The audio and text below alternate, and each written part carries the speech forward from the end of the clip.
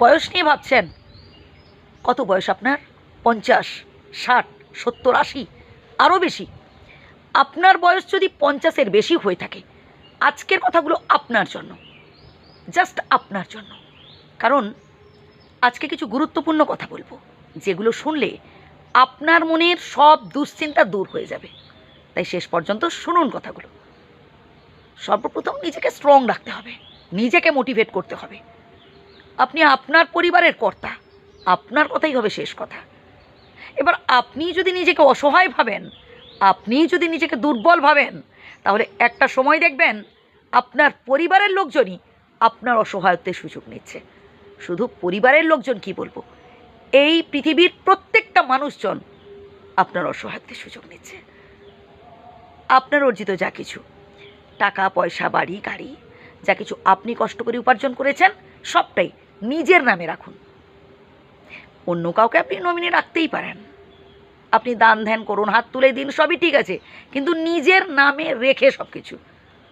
বাবা তুই আমায় ছেড়ে যাস না বাবা, বড্ড বিশ্বাস করি, বড্ড ভরসা করি, তুই যদি আমায় ছেড়ে চলে যাস তাহলে আমি পৃথিবীটাকে অন্ধকার দেখব। এমন কথা আপনি যেই মানুষটাকে বলবেন, জেনে রাখুন বন্ধু, পরবর্তীকালে সেই মানুষটাই আপনার সাথে বিশ্বাসঘাতকতা করবে। ভরসা রাখুন নিজের কর্মে, বিশ্বাস রাখুন স্বয়ং বিধাতার কর্মে।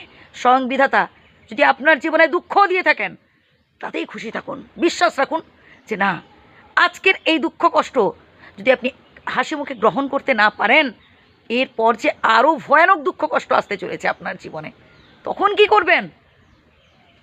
তাই মানিয়ে চলার চেষ্টা করতে হবে।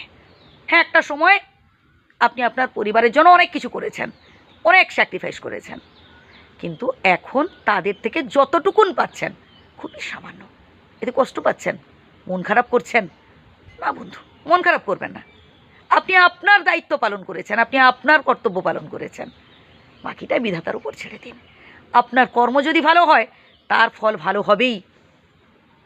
নিজেকে বিন্দাস রাখতে হবে, একদম হাসি খুশি থাকতে হবে, কোনো রকম টেনশন ফেনশন করা যাবে না। মাঝে মধ্যে একটু প্রকৃতির সাথে মেশার চেষ্টা করুন। যেখানে ছোটো ছোটো বাচ্চারা খেলা করছে বসে দেখুন, ছোটো বাচ্চাদের সাথে কথা বলুন, এতে মন ভালো থাকবে। এখন তো হাতের কাছেই মোবাইল রয়েছে, টিভি রয়েছে, দেখুন না, উপভোগ করুন। সারা দুনিয়াটাকে আপনি ঘরে বসেই দেখতে পারবেন, বুঝতে পারবেন, কোথায় কি হচ্ছে না হচ্ছে সবটাই জানতে পারবেন। নানান ধরনের সমাজসেবামূলক কাজের সাথে যুক্ত হতে পারেন। মানুষের উপকার করতে হবে। মানুষ হয়ে জন্মেছি, যদি মানুষের উপকার করতে না পারলাম, মানুষ হয়ে জন্মে লাভটা কী হলো? কিচ্ছু আমরা সাথে করে নিয়ে আসিনি, কিচ্ছু আমরা সাথে করে নিয়ে যাব না, সবটাই থেকে যাবে। খালি হাতে এসেছে, খালি হাতে ফিরে যাব। তো ভালো ভালো কাজ করে যেতে হবে। চোখের জল ফেলে, অপরের সাথে নিজেকে তুলনা করে এভাবে আপনি আপনার বর্তমানের সুখটাকে নষ্ট করবেন না। ভালো থাকবেন, সুস্থ থাকবেন।